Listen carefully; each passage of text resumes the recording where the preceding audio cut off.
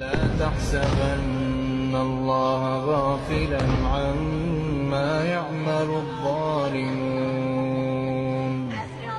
إنما يؤخرهم ليوم تشخص فيه الأبصار مهطعين مقنعي رؤوسهم لا يرتد إليهم طرفهم وأفئدتهم هواء. وأنذر